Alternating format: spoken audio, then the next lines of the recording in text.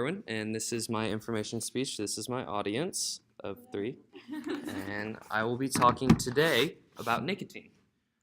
Nicotine is one of the most underrated, underviewed problems in our culture. I'm just going to paint a picture for you guys just to start a little bit. So imagine coming home from school, and you baby sister is just standing out on the back porch, and she's got a Marlboro cigarette in her hand. Now, in your mind, like that is crazy. That's insane. Like, why would a little, precious baby sister have a cigarette in their hand, right? And more than that, she could potentially be smoking it. You're thinking, okay, whoa, this is way off topic. That's not even possible. But when you think about it, nicotine is so widely spread across our society and amongst our culture and nation, even world, that it is such a problem that we are not addressing.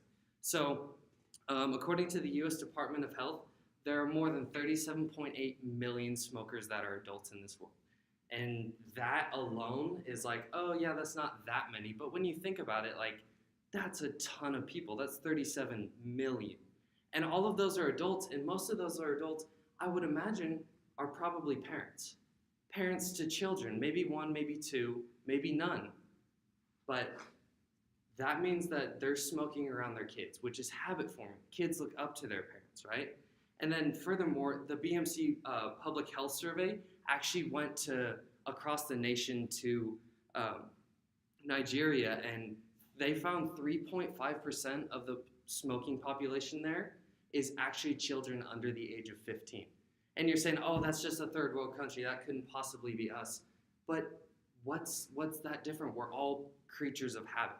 We can all follow in the same trends as those above us.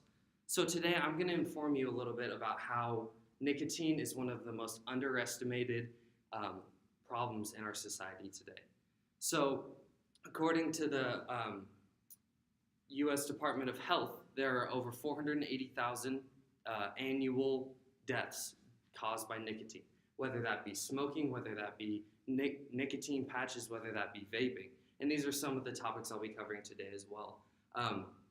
But diving a little more into how severe that actually is, 480,000 deaths a year is a large population of adults today. And it's not even adults. Young adults are often one of the most prevalent in that death as well due to early onset cancer.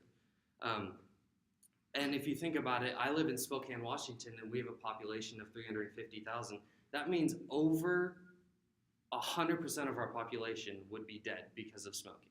That's a whole city that would be wiped off the map just because of a preventable issue.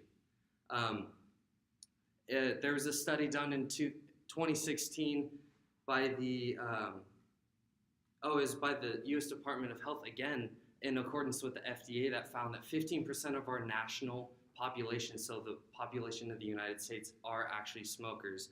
And among that, young adults are some of the most prevalent. Stats show that there are 13 out of 100 young adults that actually smoke cigarettes, and rising since 2016.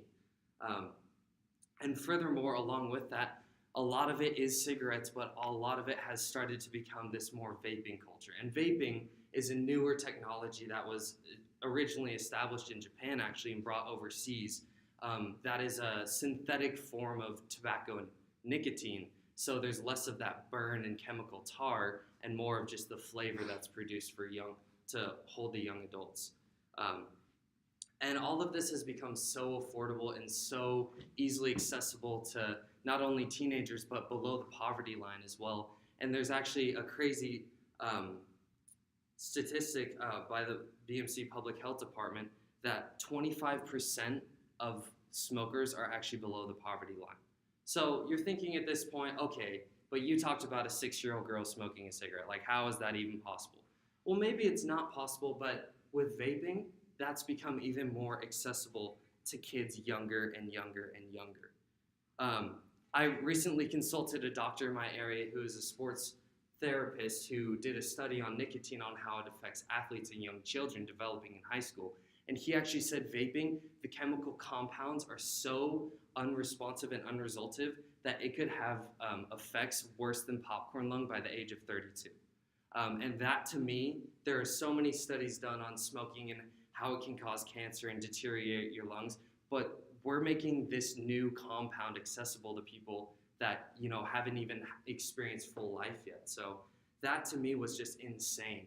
And one of the bigger epidemics in this newer vaping is Juuls. Now, Juul is a company that brands itself as easy and accessible and discreet vaping. Now, what this does is it encourages kids to get involved with it more. It's lower prices, but it's got even a higher nicotine percentage than a cigarette. The single Juul pods, which they use for vaping purposes, are actually condensed so much that one single pod is worth 400 puffs or 100 cigarettes, according to CNN. And most kids will go through a pod a week. So that's 100 cigarettes a week going into our youth. And that is just crazy. And the fact that we don't even know what the compounds do, that just makes it mind-blowing for how we're letting our teens and nicotine go under the radar for this long. And what I really wanted to talk about today is not trying to persuade you that it's bad, but just inform you and raise awareness of the fact that nicotine is one of the most preventable deaths in the world. When I talked about the 480,000 annual deaths, those are preventable deaths. Those are things we can help people grow out of and overall avoid from happening. Just the other week, I saw a 14-year-old kid driving with his mom in the car, and he actually had a vape in hand with his mom, who also had a vape, or a cigarette actually, in her hand as they were driving down the street. And I just thought to myself, how are we not aware that this is happening and infecting so many of our youth? So what I really want you guys to leave with today is that nicotine is necessarily a crutch for some people, and it does help them through things, but that's no excuse for the detriment it's having on our youth and our general public overall, the deaths it causes and the addiction.